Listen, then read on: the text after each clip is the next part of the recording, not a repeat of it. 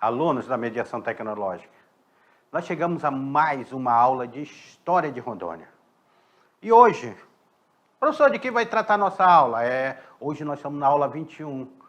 E a aula 21 eu venho com vocês aqui lembrar de um hino que ele diz assim, ó: quando o nosso céu se faz moldura para engalanar a natureza. Nós, os bandeirantes de Rondônia, nos orgulhamos de tanta beleza. Lembra desse hino aí que é cantado, o hino de Rondônia? Pois é, hoje a nossa aula, ela vai tratar sobre essa criação do território federal do Guaporé, sobre a vinda de Getúlio Vargas aqui, em Porto Velho. Nós não podemos dizer que Getúlio Vargas veio a Rondônia, porque quando Getúlio Vargas veio aqui, ainda não existia Rondônia. Nem território era, mas existia a cidade de Porto Velho.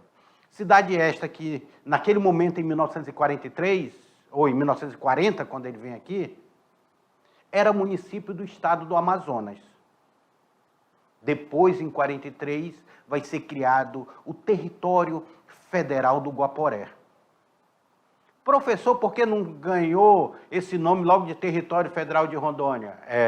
Tudo isso vocês vão entender nessa aula de hoje. Aula de número, na tela para vocês, aula de número 21 aí. A criação do Território Federal do Guaporé. Getúlio Vargas e a sua relação com o território, o Acordo de Washington e Juscelino Kubitschek, sua relação com o território de Rondônia. Então, são os 3 pontos que nós iremos ver nessa aula de hoje. Esses 3 pontos que nós vamos ver na aula de hoje. E nós começamos aqui as habilidades da aula de hoje, e nós começamos aqui, ó, já com o Brasão de Rondônia. Brasão de Rondônia. O Brasão de Rondônia ele tem 2 datas, uma 1943, que vai ser a data da criação do território federal do Guaporé. E a outra data é 1981, que vai ser a data da criação do estado de Rondônia. Aqui, como simbologia, nós temos aqui o Forte Príncipe da Beira bem no meio. Então, em 1940, Getúlio Vargas vai fazer essa visita a Porto Velho. Ele vai ser recepcionado, sabe por quem? Nós falamos dele na aula passada, Aloysio Ferreira. Vai ser recepcionado por Aloysio Ferreira de modo a influenciar o presidente a transformar a região em um território. Vem comigo, aluno. Vem comigo, aluno. É interessante nós estarmos olhando isso daqui. Deixa eu falar cara a cara de você. Me aproxima aqui de você. Por quê, aluno? Olha a relação que tem Aloysio Ferreira. Aloysio Ferreira é ex-militar do movimento tenentista. Aloysio Ferreira que vem depois para cá para trabalhar nos seringais, até se esconder devido ao processo revolucionário que foi sua vida. Aloysio Ferreira que encontra Marechal Rondon. Marechal Rondon traz Aloysio Ferreira. Marechal Rondon traz Aloysio Ferreira para trabalhar nas linhas telegráficas. Aloysio Ferreira, que ao trabalhar nas linhas telegráficas, Aloysio Ferreira começa a ter uma notoriedade política aqui na região. Aí, quando se tem o golpe de 30, ou a Revolução de 30, como queira chamar, ou o período de Getúlio Vargas, dado em 1930, onde ele vai, junto com o movimento tenentista, vai tomar o poder, ele pega na figura de Aloysio Ferreira. Aloysio, você será o meu braço aí nessa região. E existia uma empresa que até então era uma empresa que tinha capital norte-americano, capital inglês, e que não era uma empresa brasileira e nunca tinha sido administrada por brasileiros. Nós estamos falando dela, da Estrada de Ferro Madeira Mamoré. E Aloysio Ferreira, em 1931, Aloysio Ferreira passa então a ser o administrador brasileiro dessa estrada de ferro. O militar Aloysio Ferreira, então, ele assume a estrada de ferro, passa a administrar a estrada de ferro. Aloysio Ferreira, para dar moradia às pessoas que trabalhavam, principalmente engenheiros que trabalhavam na estrada de ferro, Aloysio Ferreira lança um projeto habitacional, primeiro projeto habitacional do Brasil. Nós temos a Vila S e nós temos o Caiari, ali no centro de Porto Velho. E esse projeto habitacional, sabe quem veio inaugurar em 1940, com a sua conclusão? Ele, Getúlio Vargas. Então, Getúlio Vargas ia passar aqui rapidamente, iria ficar em torno de 3 horas, e ele estende a sua visita aqui no estado de Rondônia. Getúlio Vargas, então, chega aqui no estado de Rondônia, recepcionado por Aloysio Ferreira. Aloysio Ferreira vai encher ele de inaugurações, vai encher ele de visitas. Nós vamos ver Getúlio Vargas visitando o Colégio Salesiano, nós vamos ver Getúlio Vargas visitando a Escola Barão de Solimões. Nós vamos ver aí todo esse processo. Por isso que na tela de vocês aí, nós estamos vendo aí que em 1940, olhem na tela, Getúlio Vargas é recepcionado por Aloysio Ferreira. E Aloysio Ferreira vai aproveitar. Olha o desembarque de Getúlio Vargas em Porto Velho em 1940. O desembarque de Getúlio Vargas em 1940. E é quando a gente observa aqui esse desembarque, de Getúlio Vargas, essa receptividade que Getúlio Vargas está aqui, e no slide eu trago ali um detalhe para vocês, a Marcha para o Oeste. Getúlio Vargas, nós vamos ver em várias revistas da época, em várias matérias que vão sair na época, essa política de Getúlio Vargas. Qual é essa política de Getúlio Vargas? Getúlio Vargas desenvolve uma política de marchar para o Oeste, de ir para o Oeste, de buscar ocupar essa região que seria o Oeste do Brasil. Então, esse projeto dele de marcha para o Oeste, ele está em 1940. Mas eu quero lembrar vocês que em 1940, Getúlio Vargas ele ainda não está ao lado dos aliados ali, propriamente dito, ali ainda está conversando com os aliados. A Segunda Guerra Mundial estourou em 1939. E o que tem a ver a Segunda Guerra Mundial com o território federal do Guaporé? Olha, essa relação é muito interessante nós fazermos, porque Getúlio Vargas ele era muito simpatizante do nazismo e do fascismo que estava na Europa. Inclusive, em 1937, aqui em 1940, nós estávamos no Estado Novo, e em 1937 o Estado Novo tinha sido dado com o apoio dos integralistas brasileiros, que era o movimento fascista dentro do Brasil. E agora Getúlio Vargas está vendo essa estratégia de ocupação do Oeste brasileiro. Como ocupar o Oeste brasileiro? Região que tinha difícil acesso, não tinha estrada, era o avião que ele chegava, era desse avião que pousava também na água, eram hidromotores. Então Getúlio Vargas ele sai. Esse desembarque dele aqui em Porto Velho tem uma simbologia muito grande. Na tela aí para vocês aí, para a gente continuar vendo essa aventura na história. Com a implantação do Acordo de Washington, um novo surto migratório veio aumentar a população da área que vivia a ser o território federal do Guaporé. O território federal do Guaporé. Aqui, mais uma vez, nós estamos diante de uma imagem de Getúlio Vargas. Aqui nós estamos vendo Getúlio Vargas aqui em mais uma imagem dele. Aquele com ouriço de castanha aqui na mão. Lembrando que essas fotos aqui foram colorizadas por Luiz Claro. São fotos que foram tiradas preto e branco e foram colorizadas. Getúlio Vargas, ele, como eu falei para vocês anteriormente, ele tinha uma simpatia muito grande pela política nazista e fascista que estava sendo desenvolvida na Europa.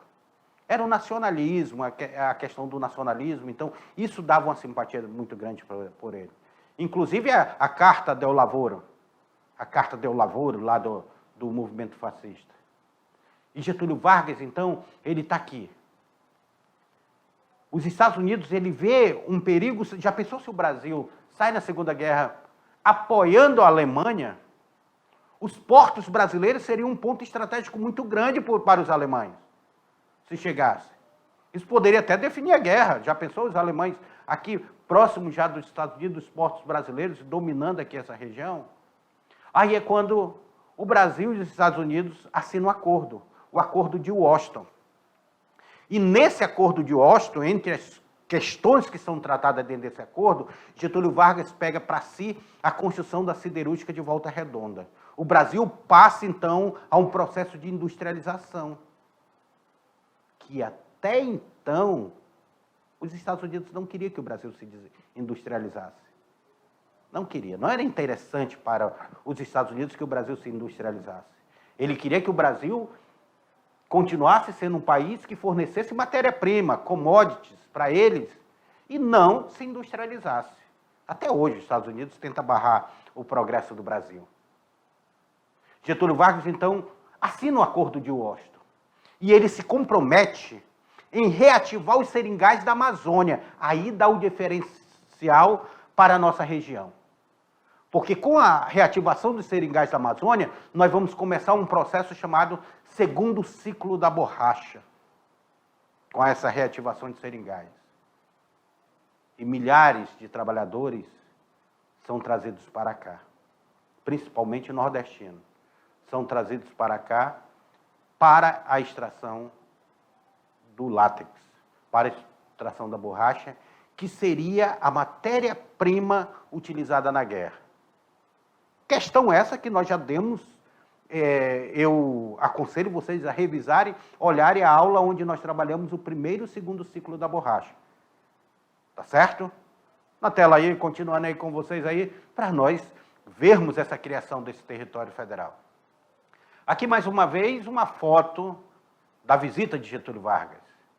A intensa busca pela borracha trouxe contingentes de trabalhadores da região Nordeste para o Vale do Madeira, do Mamoré e Guaporé. É interessante vocês olharem aqui, ó.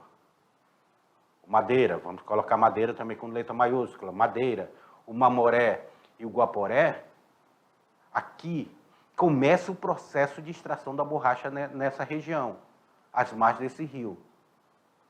Com isso, nós vamos ter aqui um contato muito forte com as populações indígenas e tradicionais que viviam naquela região. E esses nordestinos vão ser chamados de soldados da borracha. Vão ser assentados, ser chamados de soldados da borracha. Getúlio Vargas, então, tem uma agenda muito extensa aqui, junto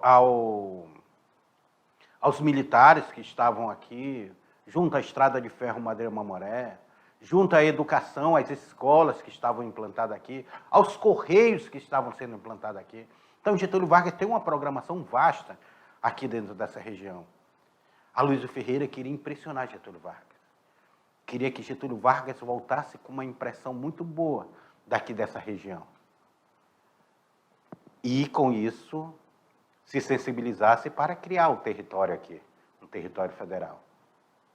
E Getúlio Vargas vai embora. E eu acredito que se sensibilizou. Porque com o Acordo de Washington, são criados 5 territórios federais no Brasil.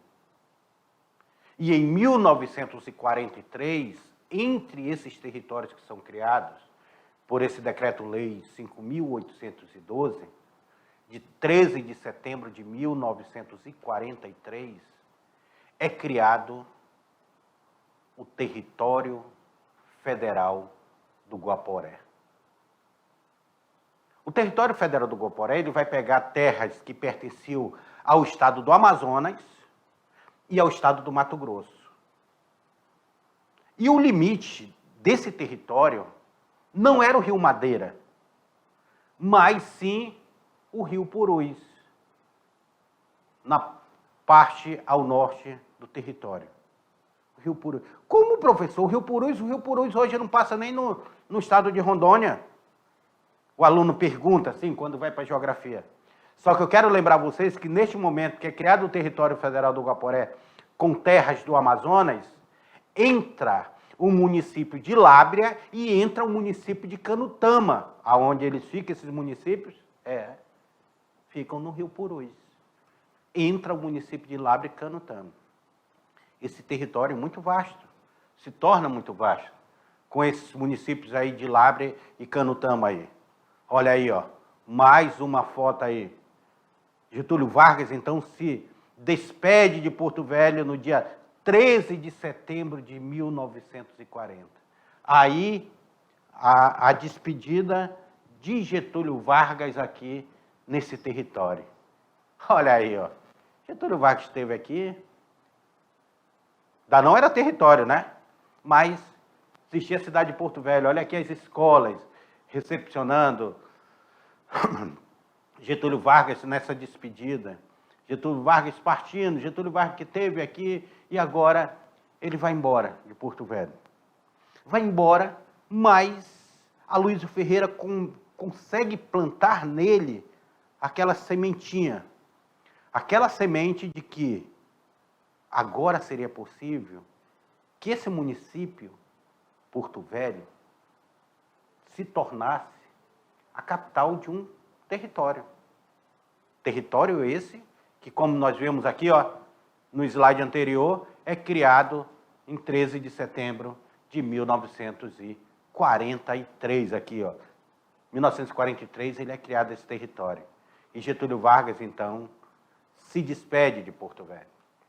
Vai, Getúlio Vargas, e vai com essa ideia. Agora ele não está mais aqui. Vai com essa ideia.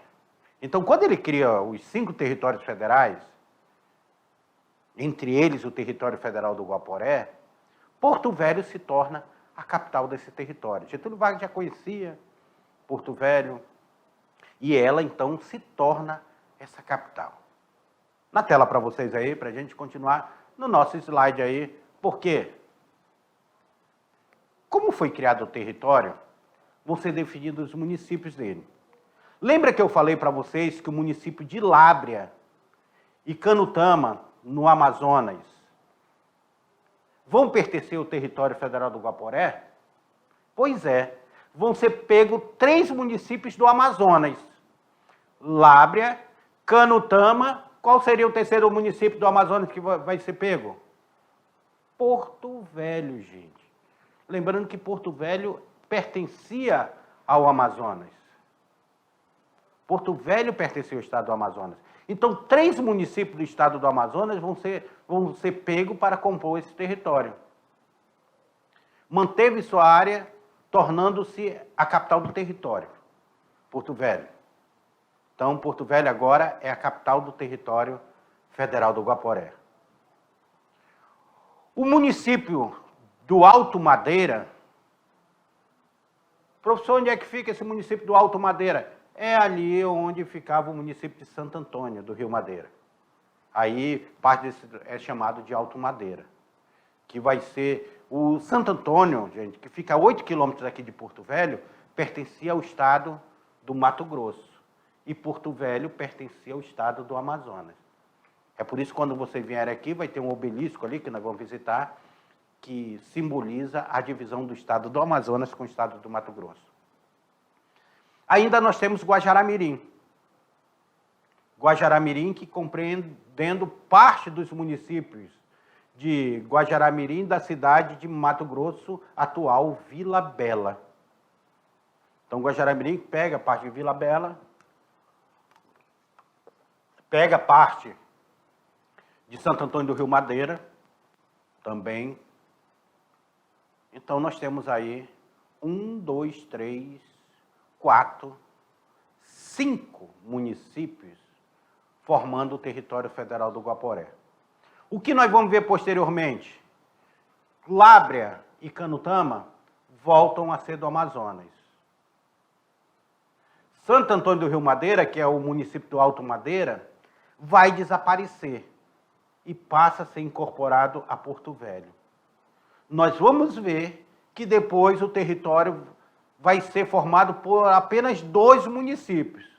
Um, Porto Velho, e o outro, Guajará-Mirim. É por isso que muitos livros vocês vão encontrar só Porto Velho e Guajará-Mirim, tá? Formando o território federal. É formado um território federal, então, nas décadas posteriormente, precisava ser construídas as sedes do governo. Então, nós temos aqui, ó, a sede administrativa do território federal do Guaporé, o Palácio Getúlio Vargas. Vai ser construído ali, frente à praça que tem o obelisco da independência do Brasil. Só existiu o obelisco, depois é construído aí o Palácio Getúlio Vargas, com toda a sua oponência, com toda a sua arquitetura neoclássica, em frente ao antigo Porto Velho Hotel, que hoje é Unicentro, também, que tem essa característica neoclássica. E aí é construído o Palácio Rio Madeira. Para a criação das novas províncias, ou Estado na Amazônia, a criação do território federal do Guaporé apresentou dificuldades já anteriormente sentidas, no tocante à demarcação de seus limites. Lembra que eu falei aí que tinha um porém? Antes da criação do território do Guaporé, a comunicação entre Santo Antônio do Rio Madeira, pertencente ao estado do Mato Grosso, era feita de forma mais eficiente com Manaus, no estado do Amazonas, do que com a capital do próprio Mato Grosso, Cuiabá. Imagine vocês, aqui estava em Santo Antônio. Vem aqui comigo, aqui. Vem aqui comigo. Você estava lá em Santo Antônio. Você precisava ir até a capital, que era ali a capital do Mato Grosso, que era Cuiabá. Como ia sair? Não tinha estrada, gente. Não tinha a BR-364. Então você tinha que ir ali pelo o rio Guaporé, subir o Guaporé, até chegar lá, ir para Vila Bela, e de lá ir navegando até chegar lá. Lombo de mula você tinha que pegar. Agora a comunicação com Manaus era mais rápido, que descia o Rio Madeira e já estava em comunicação com Manaus, como é feito até hoje, na hidrovia do Madeira. Só que foi anexado Labre e Canutama ao território federal do Guaporé. Imagine vocês, aqui, ó, aqui passa o Rio Madeira e aqui passa o Rio Purus. Eles não se ligam. Só tem igarapés ali que ligam, mas com difícil acesso de navegação. Então, a pessoa sair aqui pelo Rio Purus, ali de Labre e Canutama, teria que ir até Manaus e depois subir o Rio Madeira para chegar até Porto Velho. É por isso que Labre e Canutama depois voltou a ser do Amazonas. Disse, não, fica com o Amazonas aí, que fica uma comunicação melhor via Rio Purus. Tá? Então, tem esses ajustes que são feitos ainda na criação do território. Olhem na tela de vocês aí. Então, são esses ajustes aqui que são feitos aí, essas dificuldades que nós vamos enfrentar. Concorria para essa situação a dificuldade de transporte por via fluvial das inúmeras cachoeiras. Já pensou? Sair daqui de Santo Antônio, você tinha que passar por... Tinha cachoeira de Santo Antônio, tinha cachoeira ali, depois Teotônio, depois nós tínhamos Morrinho, depois nós tínhamos Giral, nós tínhamos Caldeirão do Inferno, nós tínhamos Pederneira, nós tínhamos... Era tanta cachoeira até chegar a Guajará-Mirim, era uma dificuldade muito grande. Além da insegurança quanto ao transporte terrestre entre Vila Bela e Cuiabá, porque quando chegava lá em Vila Bela e Cuiabá, não tinha o rio que ligava, tinha que ir por terra. Como eu falei para vocês, era lombo de mula, era uma dificuldade. A inclusão do município de Lábrea na área do território federal do Guaporé revelou-se problemática. Por quê? Aquilo que eu falei para vocês. O Rio Madeira passa aqui e o Rio Purus passa aqui. Não há uma ligação de um grande rio entre os dois aqui. Então, você ia navegando pelo Rio Purus até Manaus e subia o Rio Madeira para chegar até Porto Velho. Apesar da proximidade da linha reta até Porto Velho, que é 190 quilômetros aqui, em linha reta, se você pegar daqui, a inexistência de uma estrada fazia com que os habitantes de Lábrea percorressem o Rio Purus até sua foz, no Amazonas, até ali perto de Manaus, e descesse a foz do Madeira, daí navegando Madeira até Porto Velho, percorrendo 2.500 quilômetros de rio. Então, eles tinham que navegar, ia até a Foz, pegava a Foz do Madeira e subia até Porto Velho. 2.500 quilômetros. Naquele tempo não tinha estrada aqui ligado. Hoje não, você vai aqui para Humaitá e de Humaitá vai para Lábrea pela estrada.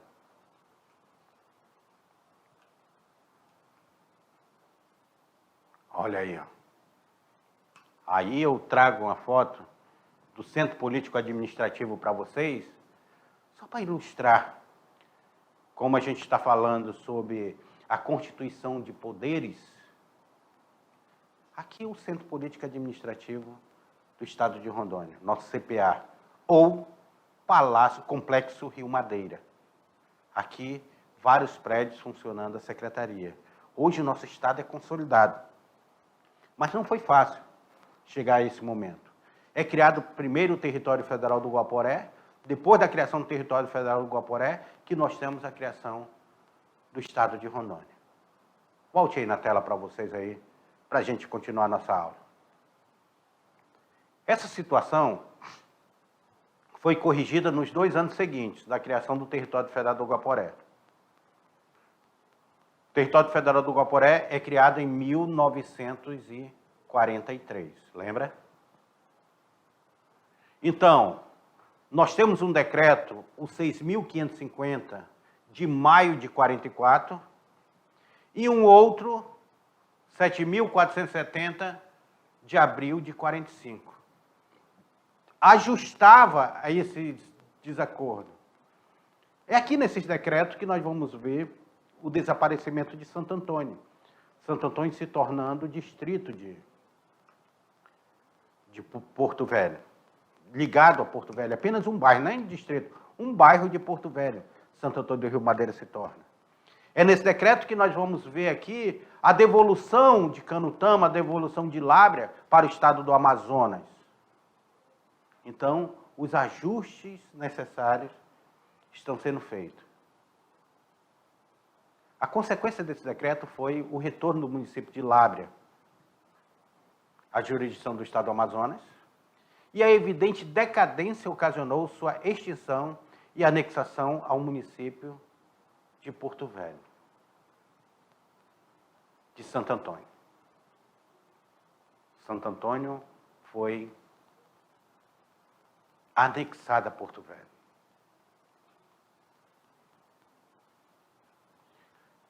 Restaram, então, dois municípios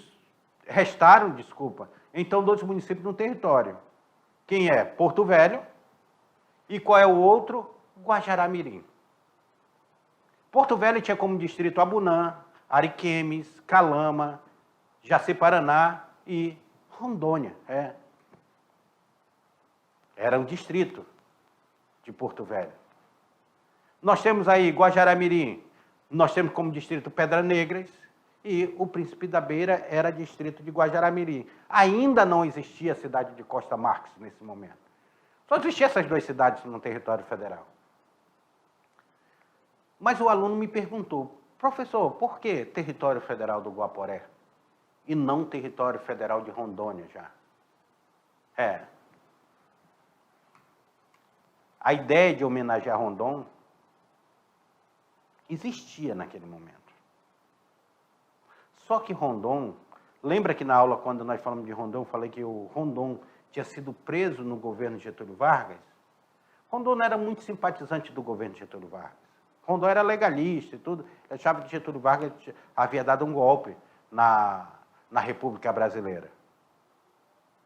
E a ideia de homenagear Rondon não foi esquecida.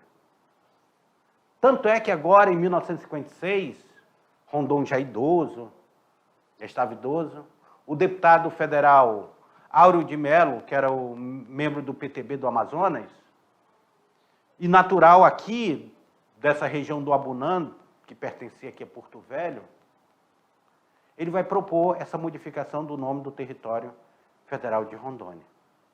Ele vai dizer, olha, vamos fazer uma mudança nesse território federal. E Rondon, que até então não queria ser homenageado,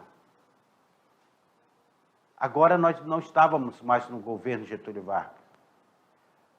Quem era o governo, aluno? Nós já estudamos essa história geral. Quem era o governo que estava em 56, governando o Brasil? 56. O aluno sabe? Sabe, aluno? 56. Era aquele mesmo que criou Brasília. JK, Juscelino Kubitschek. Juscelino Kubitschek, então, está lá, ele fica simpatizante também dessa propositura do Auro de Mello, e o território federal do Guaporé passa, então, a ser chamado de território federal de Rondônia. Ainda não é Estado, mas de 43 a 56 era território federal do Guaporé. Agora, de 56 até 1981, vai ser território federal de Rondônia, em homenagem àquele que Roquete Pinto já falava, as terras de Rondônia. As terras de Rondon. Na tela, então, Rondon é homenageado com esse nome do território federal. A proposta foi concretizada quando o presidente Juscelino Kubitschek de Oliveira assinou a Lei 2.731, em fevereiro de 56. 17 de fevereiro de 56. Agora, território federal de Rondônia. Nós temos agora a território federal de Rondônia sendo criado. Não era mais do Guaporé. Olha aí, Juscelino Kubitschek. Aí nós colocamos essa imagem do presidente Juscelino Kubitschek visitando a Vilhena. Nesse momento nós estávamos aí sob o governo do Paulo Nunes Leal, 1960. E Juscelino Kubitschek ele veio porque estava tendo a abertura da BR 029. Nosso aluno sabe qual é essa BR 029?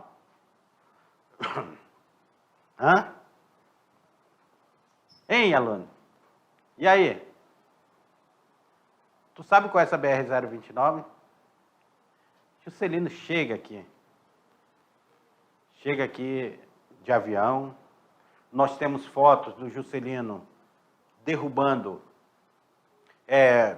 em cima de um tronco de uma árvore que tinha sido derrubada, como marca inicial ali da abertura aqui em Rondônia da BR-364, que a princípio era BR-029. Então nós temos essa presença aqui de mais um presidente da República. Agora aqui, 1960, aí nós já estávamos como território federal de Rondônia. Já era um território federal. Mais uma política, era uma política de Juscelino Kubitschek, uma política de integrar o Brasil. Era a política de integrar o Brasil, porque nós já tínhamos Belém, Brasília, e precisávamos ligar essa região. Se você pegar aí o mapa, quando nós formos estudar sobre a BR-364, nós vamos ver esse mapa dela, que ela liga do Acre até São Paulo.